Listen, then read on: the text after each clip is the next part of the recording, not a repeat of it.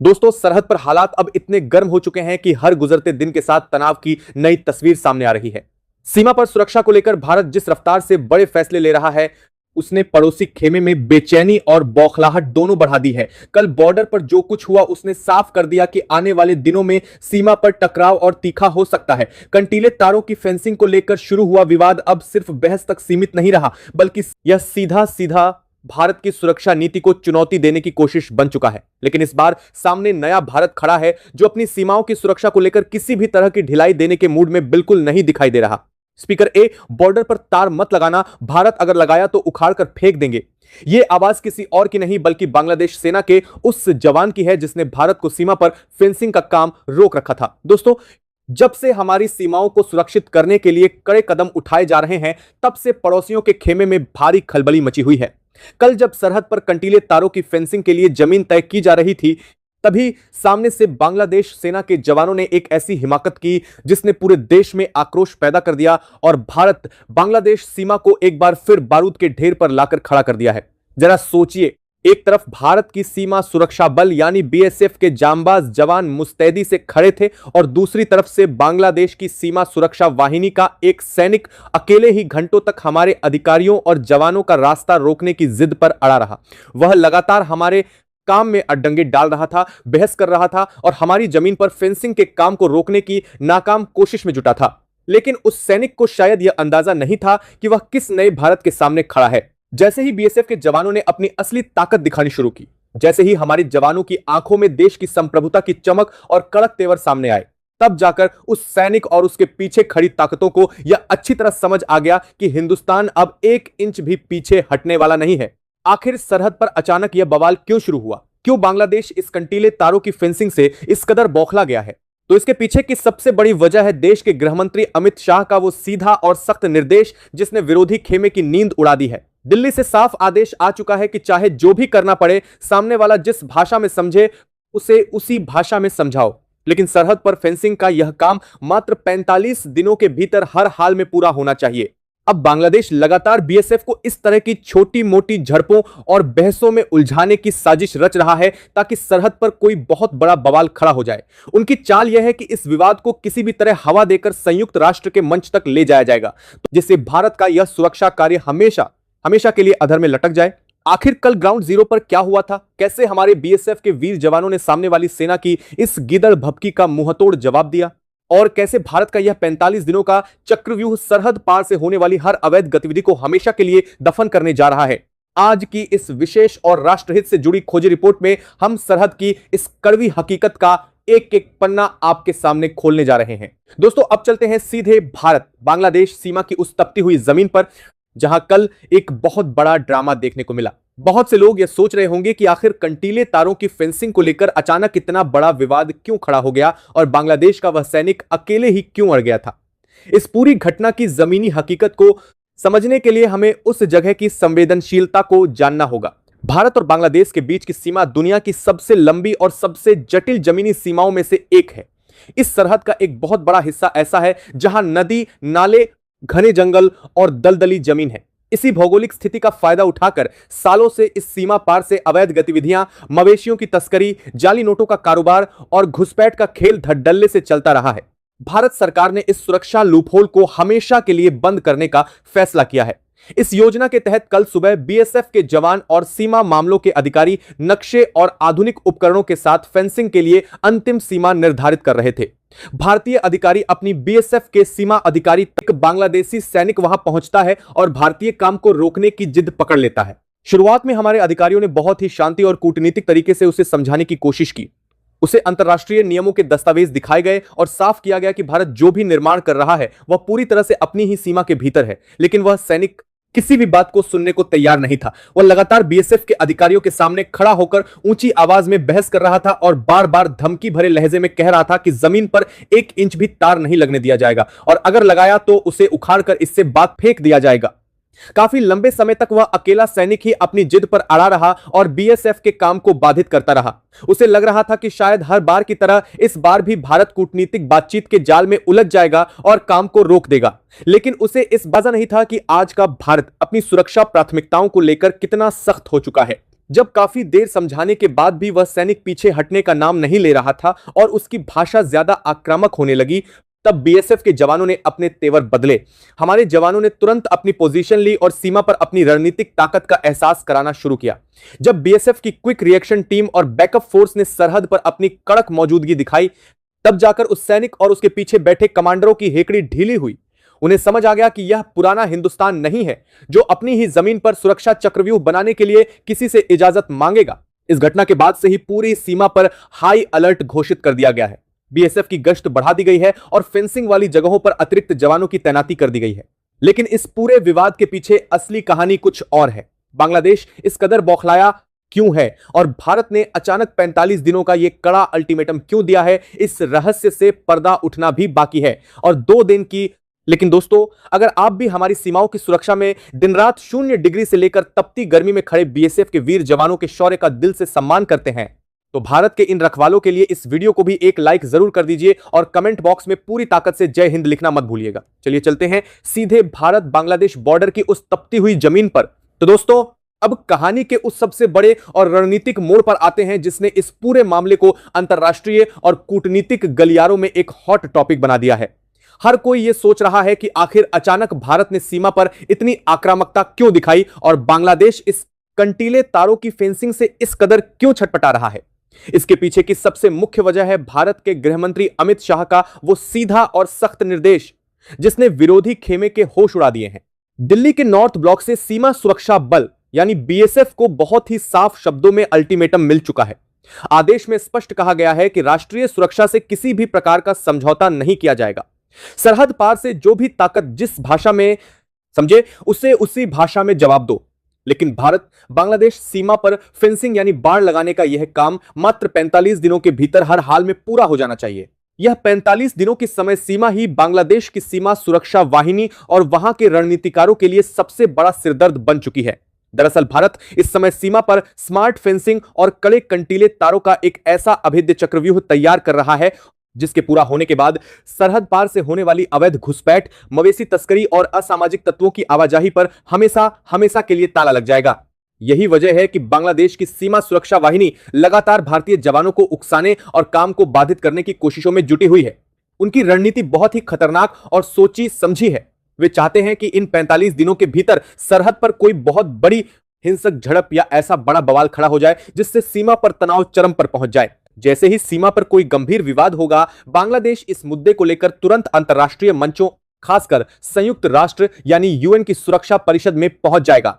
उनका मुख्य कूटनीतिक प्लान यह है कि इस पूरे मामले को एक विवादित द्विपक्षीय मुद्दा घोषित करवाकर यूएन के जरिए इस पर एक अंतर्राष्ट्रीय स्टे या रोक लगवा दी जाए ताकि भारत का यह सुरक्षा चक्रव्यूह हमेशा के लिए रुक जाए और अधर में लटक जाए।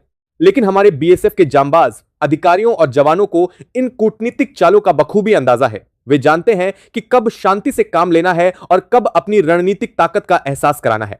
कल ग्राउंड जीरो पर भी हमारे जवानों ने इसी सूझबूझ का परिचय दिया। उन्होंने उस सैनिक के उकसावे में आए बिना अपने कड़े और अडिग रूप से काम को जारी रखा और सामने वाले को पीछे हटने पर मजबूर कर दिया।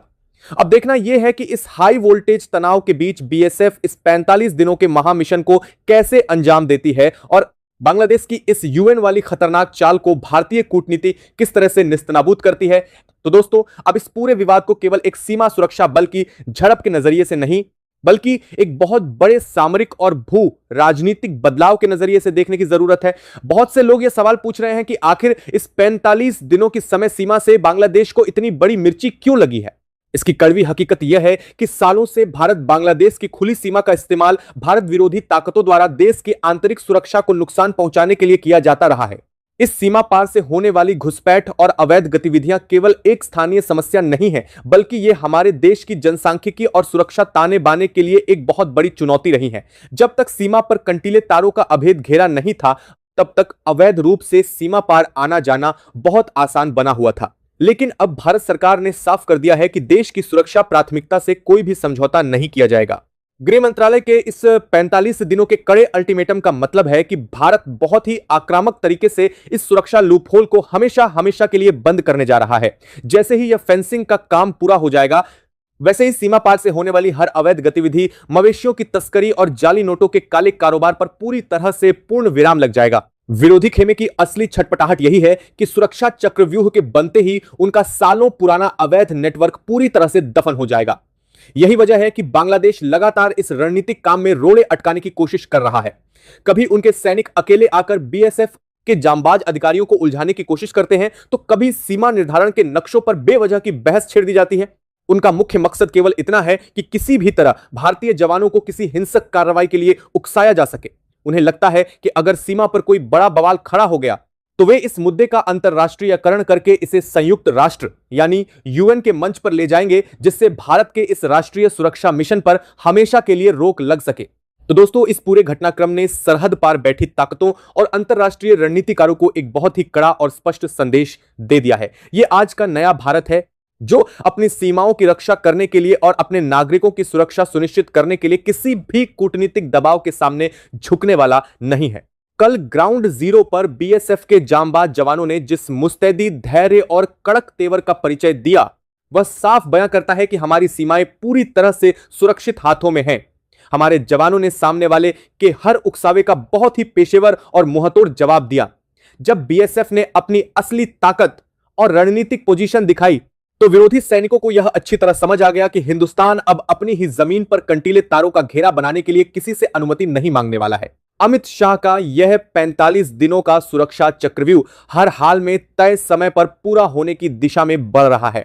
बांग्लादेश चाहे जितनी भी कूटनीतिक चालें चल ले या बीएसएफ को विवादों में उलझाने की कोशिश कर ले, लेकिन भारत की संप्रभुता और सुरक्षा की इस दीवार को अब रोकना नामुमकिन है।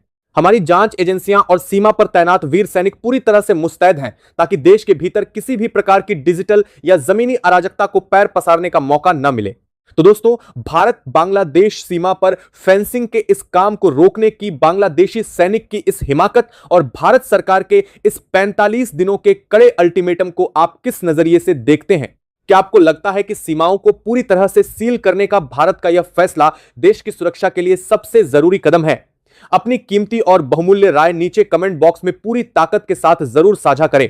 अगर हम सरकारी आंकड़ों, कैग यानी कैग की रिपोर्ट और पुराने अनुभवों पर गौर करें तो 2019 में ही भारत सरकार ने 71 किलोमीटर के बेहद संवेदनशील इलाके में इसके 2 पायलट प्रोजेक्ट सफलतापूर्वक पूरे कर लिए थे।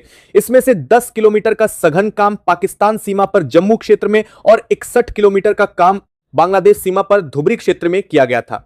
इन पायलट प्रोजेक्ट्स के नतीजे उम्मीद से कहीं ज्यादा शानदार रहे और घुसपैठ में 90% तक की भारी गिरावट दर्ज की गई। इस जबरदस्त कामयाबी के बाद दिसंबर 2023 तक भी सरकार और सीमा सड़क संगठन यानी ब्रो लगातार उन 60 किलोमीटर के सबसे कठिन रास्तों पर काम कर रही थी जहां आज तक बाड़ लगाना एक सपना ही माना जाता था। अब 2026 में इस महत्वाकांक्षी योजना को उस रणनीतिक स्तर पर ले जाया जा रहा है जहां देश की सीमाएं जमीन से लेकर अंतरिक्ष तक पूरी तरह से सुरक्षित होंगी। अब सीमाएं सीधे तौर पर सैटेलाइट और स्मार्ट बॉर्डर ग्रिड के संपर्क में होंगी। भारतीय अंतरिक्ष अनुसंधान संगठन यानी इसरो के हाई रेजोल्यूशन सर्विलांस सैटेलाइट्स जैसे कि आरआईएसएटी यानी राडर इमेजिंग सैटेलाइट और जीएसएटी जो बादलों और घने कोहरे के आर पार देखने की क्षमता यानी सिंथेटिक एपर्चर राडर रखते हैं, अब सीधे बीएसएफ के कमांड कंट्रोल रूम को रियल टाइम फीड भेज रहे हैं। इस पूरे एडवांस ग्रिड का कंट्रोल एक सेंट्रलाइज्ड कचारी यानी command control communication computer and intelligence centre के पास होगा। यह एक ऐसा वॉर रूम है जो किसी भी खतरे को रियल टाइम में एनालाइज करके तुरंत और सटीक एक्शन लेने की ताकत रखता है। एक स्क्रीन पर सैटेलाइट की तस्वीरें होंगी SCR-200 ETP एनडीआर के अंदर आर, दूसरी पर ड्रोन की लाइव फीड और तीसरी पर ग्राउंड सेंसर का डेटा, जिससे दुश्मन का कोई भी कदम सुरक्षा बलों की नजरों से बच नहीं सकेगा। हालांकि हर सिक्के के 2 पहलू होते हैं। दिल्ली स्थित मनोहर पर्रिकर रक्षा अध्ययन एवं विश्लेषण संस्थान यानी MP इट्जा के कुछ वरिष्ठ रक्षा विशेषज्ञ और पूर्व सैन्य अधिकारी इस अति आधुनिक तकनीक को लेकर कुछ गंभीर चेतावनियां भी दे रहे हैं, जिन्हें नजरअंदाज करना भारत की राष्ट्रीय सुरक्षा के लिए भारी पड़ सकता है। इन विशेषज्ञों का स्पष्ट मानना है कि कोई भी मशीन, चाहे वह कितनी भी एडवांस हो या कोई भी स्मार्ट सिस्टम, कभी भी मानवीय खुफिया जानकारी यानी ह्यूमन इंटेलिजेंस और जमीन पर मौजूद स्थानीय पुलिसिंग की जगह पूरी तरह से नहीं ले सकता। तकनीक धोखा दे सकती है, लेकिन एक सजग जवान और सीमावर्ती गांवों के मुखबिर अक्सर सबसे सटीक जानकारी देते हैं। इतिहास गवाह है कि अमेरिका जैसे दुनिया के सबसे शक्तिशाली और अमीर देश ने भी मेक्सिको से लगने वाली अपनी सीमाओं पर अरबों डॉलर खर्च करके ऐसी ही तकनीकी और भौतिक दीवार बनाने की कोशिश की थी, लेकिन उन्हें भी कई बार खराब मौसम, कार्टेल्स की चालाकी और तकनीकी खामियों के चलते भारी झटके खाने पड़े हैं। जब सीमा पर भारी बारिश होती है, भयंकर बर्फीला तूफान आता है या असम जैसी बाढ़ के हालात होते हैं, तो कई बार एडवांस सेंसर की बैटरी ड्रेन हो जाती है और रडार भी सही तरीके से सिग्नल नहीं दे पाते। इसके अलावा इन महंगे उपकरणों का नियमित रख रखाव यानी मेंटेनेंस और उनके लिए 24 घंटे निर्बाध बिजली और इंटरनेट की आपूर्ति सुनिश्चित करना भी एक बहुत बड़ा लॉजिस्टिकल सिरदर्द है। खासकर उन रिमोट और जंगली इलाकों में जहां मीलों तक कोई इंसान नहीं रहता, वहां इन सेंसर्स को बंदरों या जंगली हाथियों से बचाना भी एक अलग तरह की चुनौती है। इन तकनीकी समस्याओं के अलावा भारत बांग्लादेश सीमा पर एक बेहद संवेदनशील कूटनीतिक पेंच भी फंसा हुआ है। अंतर्राष्ट्रीय नियमों और संधियों के मुताबिक सीमा की जीरो लाइन से 150 गज के भीतर कोई भी देश कोई स्थायी निर्माण यानी परमानेंट कंस्ट्रक्शन या रक्षात्मक दीवार खड़ी नहीं कर सकता। यह नियम 1975 में भारत और बांग्लादेश के बीच हुए ऐतिहासिक सीमा समझौते का एक महत्वपूर्ण हिस्सा है। बांग्लादेश की बॉर्डर गार्ड्स यानी बीजीबी अक्सर इसी नियम का हवाला देकर कई बार भारत की तरफ से की जा रही बाड़ लगाने की कोशिशों या स्मार्ट टावर खड़े करने की पहलों पर कड़ी आपत्ति जता चुका है। इस कूटनीतिक खींचातानी से कई बार प्रोजेक्ट की रफ्तार महीनों तक धीमी पड़ जाती है। कई बार तो स्थिति इतनी अजीबोगरीब हो जाती है कि भारत के कुछ ऐतिहासिक गांव ठीक जीरो लाइन पर बसे होते हैं।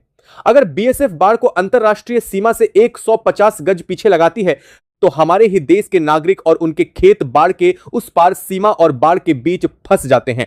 इन लोगों का जीवन बेहद मुश्किल हो जाता है। इनकी पहचान सुनिश्चित करने और इन्हें सुरक्षित रखने के लिए कड़े पहचान पत्र जांच अभियान चलाए जाते हैं, ही घंटों के लिए खोले जाते हैं। यह सब इसलिए किया जाता है ताकि कोई भी विदेशी नागरिक या तस्कर इन गांवों के लोगों का फायदा उठाकर देश में दाखिल न हो सके। लेकिन भारत की मौजूदा सरकार ने अपनी विदेश नीति और रक्षा नीति दोनों में साफ कर दिया है कि देश की सुरक्षा और संप्रभुता के मामले में कोई भी समझौता नहीं होगा। सरकार तकनीक के साथ साथ बैक चैनल कूटनीतिक रास्तों से भी इस चुनौती को सुलझाने के लिए दृढ़ संकल्पित है। देश की सुरक्षा के लिए आज जो भी कड़े कदम उठाए जा रहे हैं, वो सिर्फ सीमाओं को भौतिक रूप से सील करने तक सीमित नहीं है, बल्कि यह एक नए आत्मनिर्भर और मजबूत राष्ट्र के निर्माण की दिशा में उठाया गया कड़ा और रणनीतिक कदम है। आज का भारत न केवल पश्चिमी मोर्चे पर पाकिस्तान के नापाक इरादों और छद्म युद्ध यानी प्रॉक्सी वॉर को कुचलने की पूरी ताकत रखता है, बल्कि पूर्वी मोर्चे पर बांग्लादेश के अंदर खासकर वहां के कट्टरपंथी गुटों द्वारा पनप रही देश विरोधी रणनीतियों को भी उसी की भाषा में करारा जवाब देने के लिए पूरी तरह से तैयार है। असम, त्रिपुरा, मेघालय और पश्चिम बंगाल में जनसांख्यिकीय बदलाव यानी डेमोग्राफिक चेंज और घुसपैठ को रोकने के लिए जिस तरह से केंद्र और राज्य सरकारें मिलकर सुरक्षा एजेंसियों के साथ साझा रणनीति बना रही हैं, जो देशों के साथ, वह इस बात को साबित करता है कि अब देश की जनसांख्यिकी और सीमाओं के साथ कोई भी खिलवाड़ बर्दाश्त नहीं किया जाएगा। पूर्वी सीमाओं से होने वाली गोवंश यानी कैटल की तस्करी, मानव तस्करी और जाली नोटों यानी FICN fake Indian currency notes का खतरनाक रैकेट दशकों से भारत की अर्थव्यवस्था को भीतर ही भीतर खोखला करने की एक बहुत बड़ी साजिश रही है। तस्कर अब तक अंधेरे, घने जंगलों और भ्रष्ट तंत्र का फायदा उठाते थे, लेकिन अब यह स्मार्ट ग्रिड हर गैरकानूनी धंधे और सिंडिकेट की कमर पूरी तरह से तोड़कर रख देगा। यह एक विनाशकारी प्रहार है। आज के समय में जब पाकिस्तान की अर्थव्यवस्था जर्जर है और वह भारत के साथ सीधे युद्ध लड़ने की स्थिति में बिल्कुल नहीं है, तो उसने आतंकवाद का एक नया और सस्ता तरीका खोज लिया है। वह अब पंजाब और जम्मू की सीमाओं पर हेक्साकॉप्टर और क्वाडकॉप्टर जैसे हैवी ड्यूटी ड्रोन का अंधाधुंध इस्तेमाल कर रहा है। ये ड्रोन रात के घने अंधेरे में रडार की नजरों से बचकर कम ऊंचाई पर उड़ते हुए भारतीय सीमा में दाखिल होते हैं और सीमा के उस पार अपने स्लीपर सेल्स के लिए ड्रग्स, हेरोइन, असॉल्ट राइफलें, चीनी पिस्तौल, टिफिन बम और गोला बारूद गिराकर वापस अपनी सीमा में लौट जाते हैं। EW को भी शामिल कर लिया है। ये भारतीय स्वार्म ड्रोन न सिर्फ दुश्मन के ड्रोन को ट्रैक कर सकते हैं, बल्कि सरहद पार उड़कर उन लॉन्च पैड्स और ऑपरेटरों तक को पल भर में तबाह करने की मारक क्षमता रखते हैं, जहां से ये साजिशें रची जा रही हैं। दोस्तों, अगर आपको यह जानकारी दमदार लगी हो तो वीडियो को लाइक जरूर करें, चैनल को सब्सक्राइब करें, अपने दोस्तों के साथ शेयर करें और बेल आइकन दबाना बिल्कुल मत भूलिए, ताकि ऐसी ही बड़ी और धमाकेदार खबरें आपको सबसे पहले मिलती रहें। जय हिंद दोस्तों।